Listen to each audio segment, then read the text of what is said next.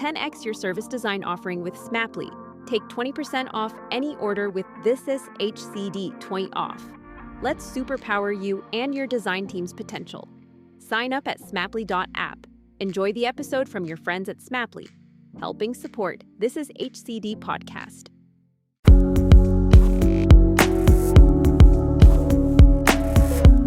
Good day, hello and Folja, and thanks for tuning in to Bringing Design Closer. My name is Gerry Scullion, founder of the Human-Centred Design Network. I'm a service design practitioner based in Dublin City, Ireland, and I run Humana Design, a practice dedicated in helping organisations grow their internal design capabilities. We offer public and private coaching and training in service design and UX. Eva PenzeyMoog is joining me on the show today. Eva is a lead designer for 8th Light and is based in the Windy City, Chicago, one of my favourite cities.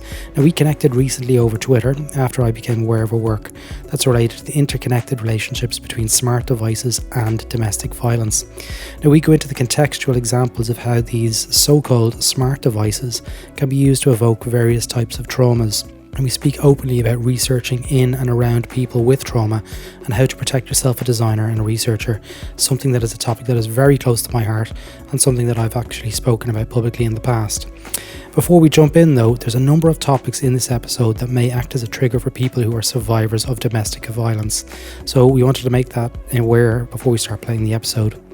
If you're in the US, Eva is speaking at a number of conferences this summer, and I'll throw a video link to one of her talks into the show notes. But for now, let's sit back and enjoy the conversation.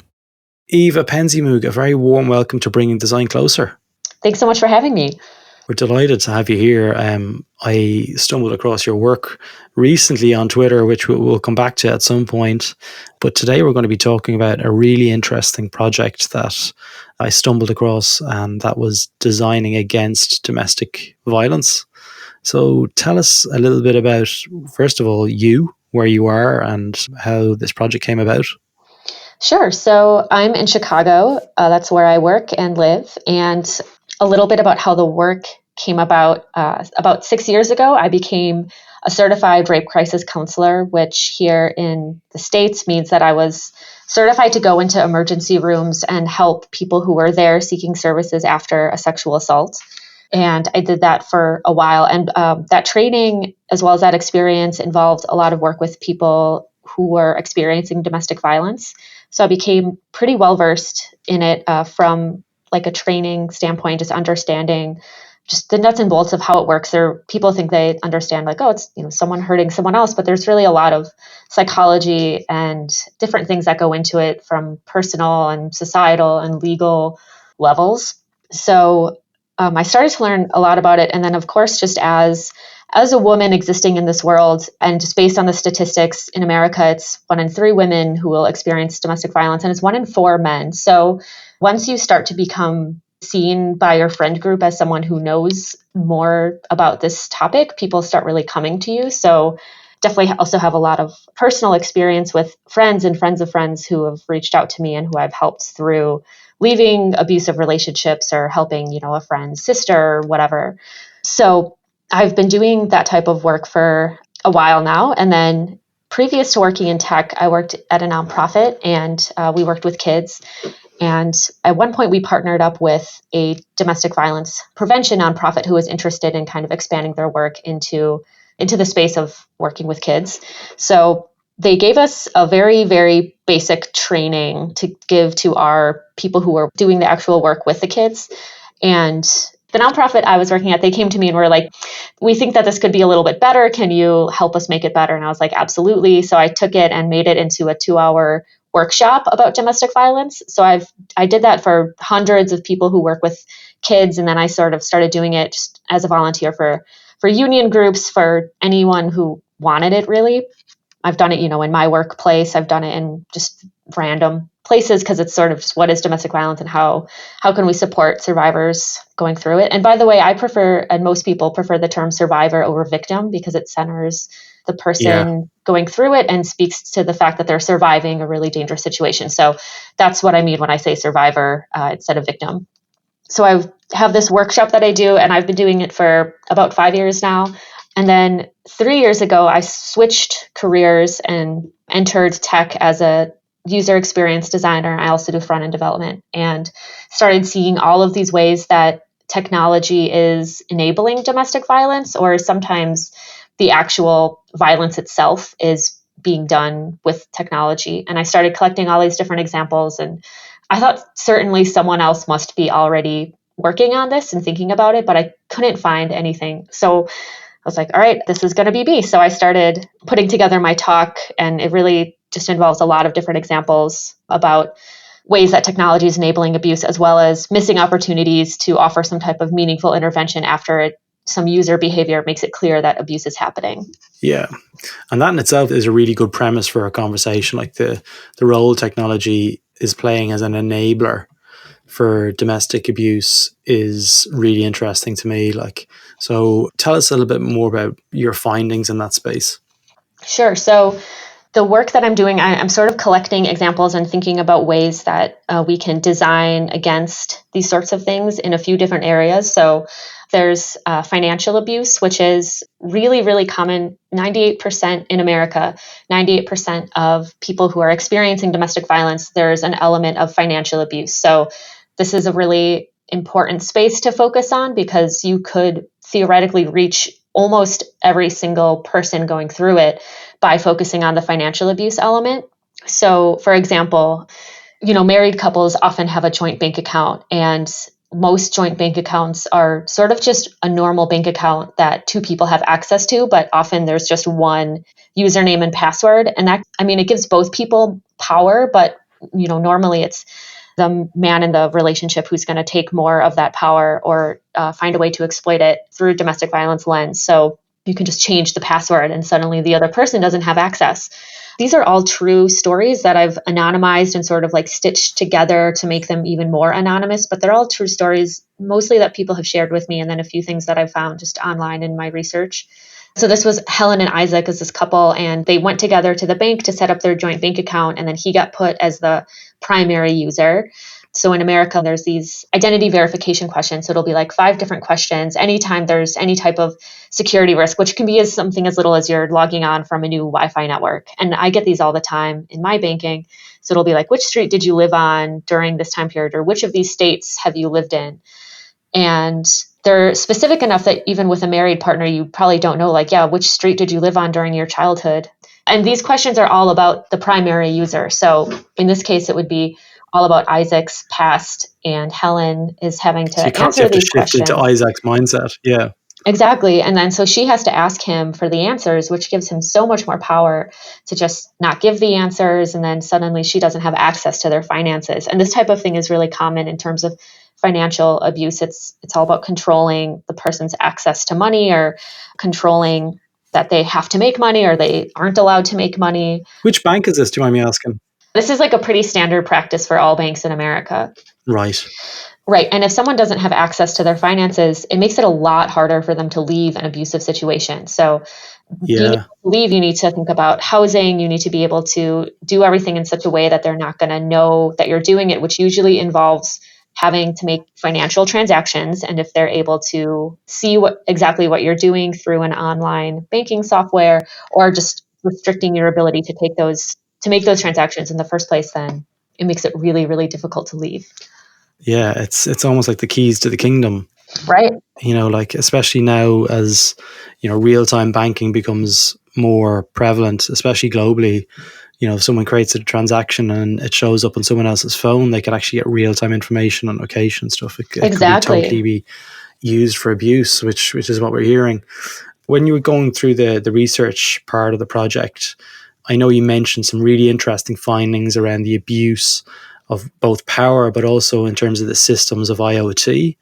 Tell me a little bit more about that, because that was really intriguing for me. Yeah, so Internet of Things or smart home device abuse is a really new area of domestic violence. And, because these devices are so new, there's not a lot of data around how people are misusing them. Most of the information we have about it comes from the people who are working directly with domestic violence survivors. People in those various support networks are reporting that this is becoming a really common trend. So, for example, a big one is abuse through like a Nest thermostat, or similar product, any type of smart thermostat temperature setting device. So, you can be away from home and your spouse can be home, and the person who's away can set it up to a higher temperature. So in my talk, it's Lisa and Ben are the couple who are going through this, and he is a software developer. He's really into smart home devices and really tech savvy, and knows exactly what he's doing with all of these things. And he travels away for client work sometimes, and then Lisa is home alone. And often in the past, this had been a time when she had sort of a break from his abuse. But now with all of these smart home devices, he's kind of got this new way to torment her even when he's not there. So going back to the Nest example, it's not just that the person turns up the thermostat and the person at home is suddenly really hot and then they have to go and turn it back down. It's that the perpetrator who's doing this is saying, well, of course I didn't do that. Why would I do that? You're so crazy. You're so paranoid. Why can't you just figure out how these things work? It's, this Nest really isn't that complicated, but you keep messing it up. So that's a lot of making them feel stupid. That's a lot of what we're seeing is the gaslighting, which is a form of abuse. And gaslighting is when you convince someone that they don't know, they can't trust their own experience, and that they're sort of, to use this ableist term, going crazy, and that really the only person whose experience can be trusted is the abuser, and that builds up a lot of power in the relationship. Yeah, it's crazy to think that they can be used in this way. Like you see technology and you kind of go, that's a cool piece of kit. Like, I want to buy that. And like I bought a Ring doorbell recently, and blown away by the potential to answer the doorbell when I'm at work, and it saved me a couple of times and having to do the dreaded drive to pick up my parcel. But what it's uncovered is this kind of freakiness of where I might go out for my lunch and my wife might call me and kind of go, what time are you going to be back at? And I go, how did you know I left? She's like, oh, we've got motion sensors on the thing. And I was like, oh, wow. It's like, so suddenly your time is no longer your time, it's their time. And it's very hard to get that space. And it can only get worse, or especially with Alexa. You mentioned an interesting case of being able to dial into an Alexa. And I didn't know this feature existed. Tell us about that. Sure. This is a drop-in feature of Alexa. So this is further on in the story of Lisa and Ben. He's, like I said, away for the weekend, and is abusing her through all of their smart home devices. And she's on the phone talking about this abuse that she's been experiencing with her sister on the phone. And he is listening to her through their Alexa, because the Alexa has a feature called drop-in, which is where you can call through the Alexa. So the happy path use case for this is that, like, I've left my phone away somewhere. Maybe I left it at work and then now I've come home, or maybe my phone is just out of battery and my husband's trying to call me. He can't reach me through my phone. So he calls me through the Alexa, and then I chat with him through the Alexa, and it kind of acts as a phone. The problem with this is that there's no consent to picking up the call through the Alexa. So when you get a call on your phone, you have the ability to look at the number or the contact name that shows up and say, like, answer it or no. Yeah, exactly. But with the Alexa drop-in feature, at least as of now, there isn't any form of consent. The call just starts. So this means that if you're in a different room and you don't hear the alert, Alexa will say something like, you have an incoming call. If you don't hear that, or maybe the volume's set really low because the abuser is using it strictly for this purpose, then it basically just becomes a listening device. If they don't say anything, they're just listening to what's going on the other end, and you might have no idea this is happening. So this becomes another form of surveillance. And it brings me to something that I want to just quickly talk about, because your story about the Ring brought it to mind. But the problem is not necessarily with these features. Like the feature that you described with the Ring, it's a fine feature for a happy path scenario of two people who are in a trusting, equal relationship where there's not abuse going on. So the problem is not necessarily that these features are bad. It's just that there's a lot of assumptions being made about the type of people who are using it and the type of relationships people have. The statistics tell us that domestic violence is not an edge case or even anywhere close to it in any country. So I've done this talk in Australia as well as Canada, and I've gotten deep into the statistics of both those countries as well as, of course, America. And it's a similar picture kind of everywhere, that this is really, really common. It's really far from an edge case. And the problem is that designers and people who build these products just aren't thinking about the fact that not everyone is in a safe, healthy, respectful relationship.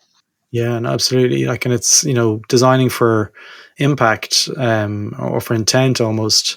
Like we have the best intent when we're designing these systems. Well, a lot of designers do anyway. Like, as I'm a service designer, so one of the things that I always trying to do is like, how might we misuse this, or how could it be broken, for bad use? And there's instances there that you pointed out that I didn't even know exist. So it just goes to show that you just can't really tell. Like, so how did you find out about these other things? Was it all through anecdotal, through qualitative research? It's been through both. So I've done a lot of research, just scouring the web for anything I can find, especially with something like the smart home devices where it is really new. I'm just looking for any information I can find, any examples. But as soon as I bring up that I do this work, people often have examples, sort of often the example you gave with Ring, where they're like, oh, well, this hasn't happened to me, but I noticed, someone told me about their Jeep has a built-in geolocation service, but that this person's partner was able to see where they were driving, and they weren't even trying to do this. They weren't trying to stalk their partner or anything, but they were like, wow, I had no idea that like I could totally stalk my partner through this Jeep. So people are often giving me stories like that. But then I also, I do have a lot of survivors reach out to me online, or they talk to me after I give a talk at a conference and share their stories with me, which is really, really great and very humbling to be trusted with that information. But it is extremely valuable to my work and what I'm doing to have people just tell me about their experiences with technology facilitated abuse. So what's the outcome? So whenever you do these talks, what do you end with? Well, what's the thing that, you'd like people to take home, like in terms of UX designers and service designers and product managers? What's the thing that you would like? What's your message you'd like them to take away from, designing against domestic violence? What's the thing that they can do? So there's a lot we can do. I created a very simple framework because I was thinking a lot about this. I know I hate it when I go to a talk and they tell you about all of these terrible things that are going on and you're like, oh, wow, that's horrible. And you're really motivated to do something. And then they're like, okay, well, now you know. And it's like, wait, but what, like, how do I do something with this? Like, what's some advice for like bringing this up with an employer, anything like that? So I thought about this question a lot of the impact. And I thought a lot about domestic violence is obviously really, really important. And it's the thing that I'm specifically thinking about, but there are other things we need to think about. We need to think about just being inclusive in general. That's something that Sarah Washer-Betcher has been leading a charge on. And she and Eric Meyer created something called stress testing, which I love. It's where you go through the product through the eyes of someone just having a horrible, horrible day, like they just lost someone close to them, and then making sure that the content still works for them. And then, of course, being inclusive of different genders, abilities, all of the different people we should be including.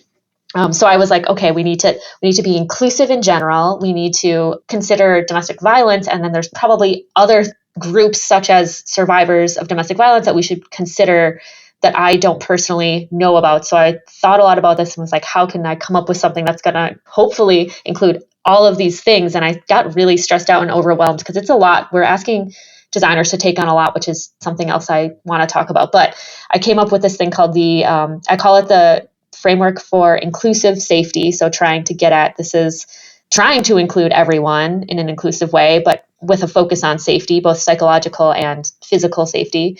So it basically involves doing stress testing, which Sarah Washer-Betcher and Eric Meyer created. And then I'll put a link to it in the show notes. Oh, great. So doing stress testing and then going through the same process of stress testing, but through the eyes of someone experiencing domestic violence. So that gets at my portion of the work. And then doing something called Black Mirror brainstorming, which a designer named Aaron Lewis came up with. And it's just what it sounds like. Most people are familiar with the show Black Mirror. You just go through your product and think like, what is the darkest, worst case scenario that I can come up with, and really explore that in a more general sense. And then obviously, once you've identified all of those things, you'll go through these 3 processes, identify all of these ways that your product could be misused, and then design for solutions against that to either prevent it from happening or to at least do something to empower the survivor going through it. Yeah, that will be extremely powerful. And I think it's definitely something I'm proud to say I've already included this in a briefing this morning. Like I met a client this morning and we spoke about things, and I said, look, it's a public service, and I said to them, what does this look like from people who are going through domestic abuse? I says, like, what would the service look like in that instance? And it's something that I've taken on board. I'm going to implement into my project plan straight away. That's incredible. I know, yeah. So there's a lot of symbiosis going on here, like between how I came about your work and like my previous work and other projects. Now, there was one quote that made me laugh out loud, which was the only point in your talk that I managed to get a laugh. And that was the Dumbledore quote about there are dark times ahead of us and we must choose what is wrong and what is right. And it echoed, like, obviously everyone knows that's from Harry Potter, but it echoes a lot of what Mike Montero has said in his talks, like our role and our responsibility as a designer and the designer of these things that we are creating and putting out there into the world for people to use. What advice would you give to designers that are designing things for their clients or for their businesses, and they know that it's not probably going to be, always used for good? What advice would you give them to try and change that? Yeah, well, I think there's a lot of different things we can do. One of the best things is to very matter-of-factly ask what the plan is when the New York Times writes an article about how our product was used to stalk someone, to harass someone, to abuse someone. Like, what's the game plan when that happens? Yeah. And kind of get them to think about, this could have like a serious impact that could hurt our brand, because sometimes people aren't going to be willing to just do it because it's right. So you can maybe make them think about the money impact.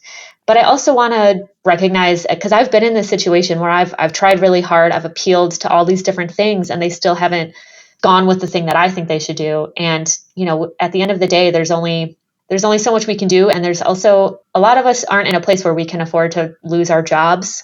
Unfortunately, I think this is another thing I've been thinking a lot about, is we're working within a system that is really messed up, and we're trying to fix things in this like sort of micro way in our micro systems. But the overall system is like, it rewards just making money at any cost, and it really disincentivizes caring about people, because why should we, when Facebook and Twitter have been getting away with this stuff for years, and they've paid some fines, but they still exist, they're still around, no one's in jail.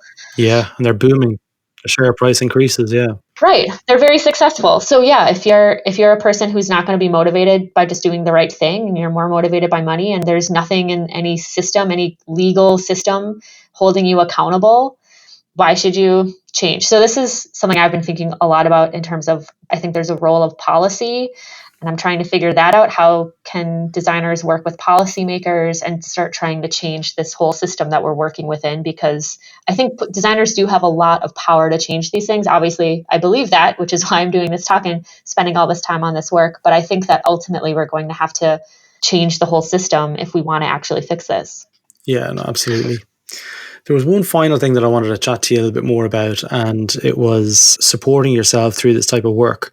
But like, I've gone through the process of researching and really an interesting space, but also it could be quite damaging to the researcher and their designer in terms of, the emotional distress, and in my case, vicarious trauma. How did you protect yourself through this process? Because it's too often not really discussed enough within the design community about how you can protect yourself when researching in such emotionally charged areas. Yeah, vicarious trauma is so real. I had a lot of help coming from nonprofit, working with kids who were in often really, really tough situations and experiencing a lot of trauma. And then we had a lot of training on how to recognize when we were experiencing vicarious trauma and sort of how to deal with that. So I'm really grateful for that experience, because it definitely gave me a bit of a head start with some of this. But I think seeing a therapist is really important, and not waiting until you're going through a mental health crisis, because that's when you're just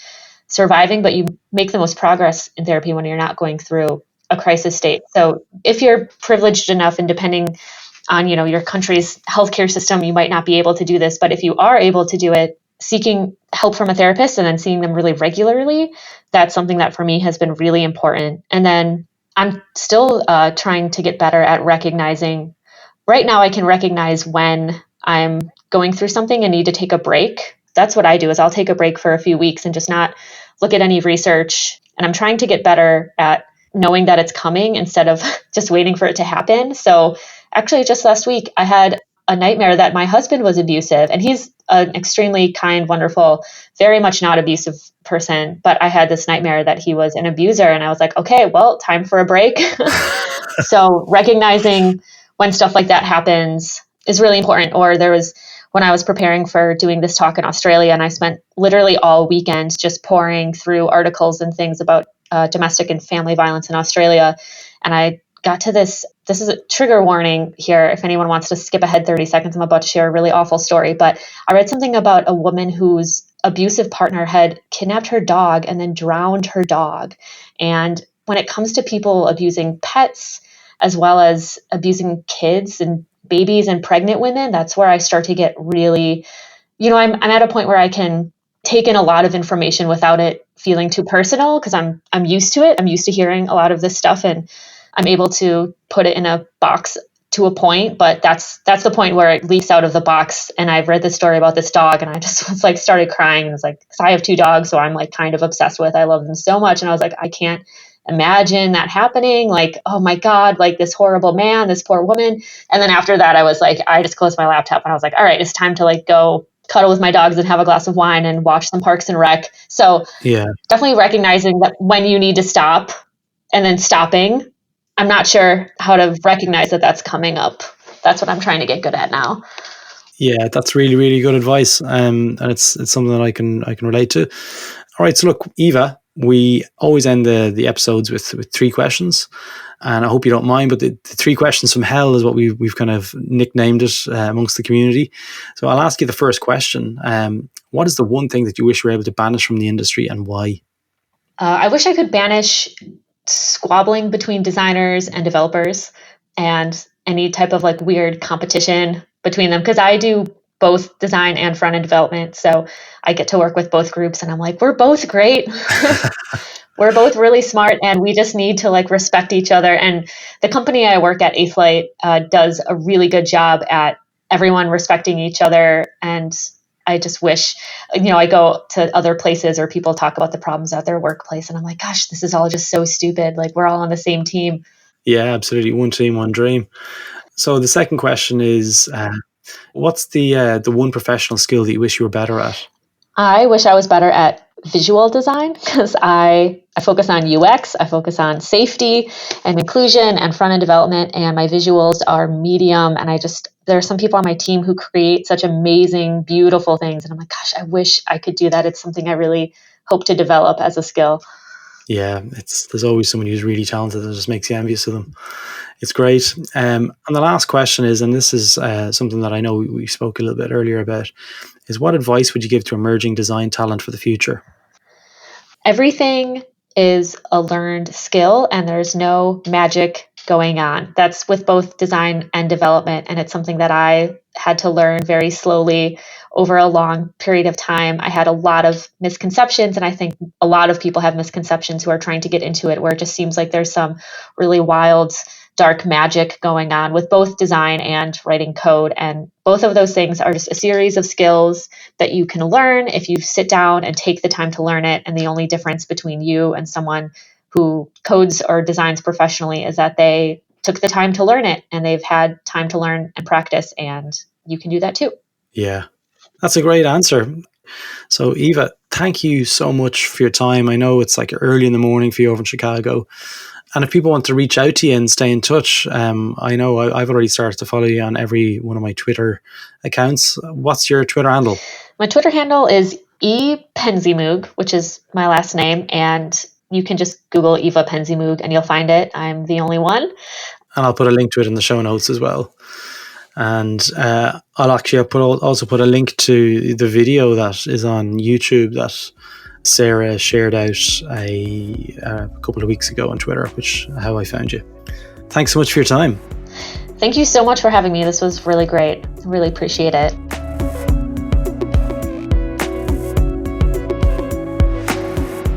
So there you have it. Thanks for listening to Bringing Design Closer. If you want to learn more about the other shows on the This Is HCD network, feel free to visit thisishcd.com, where you can also sign up to our newsletter or join our Slack channel where you can connect with other human-centered design practitioners around the world. Thanks for listening and see you next time.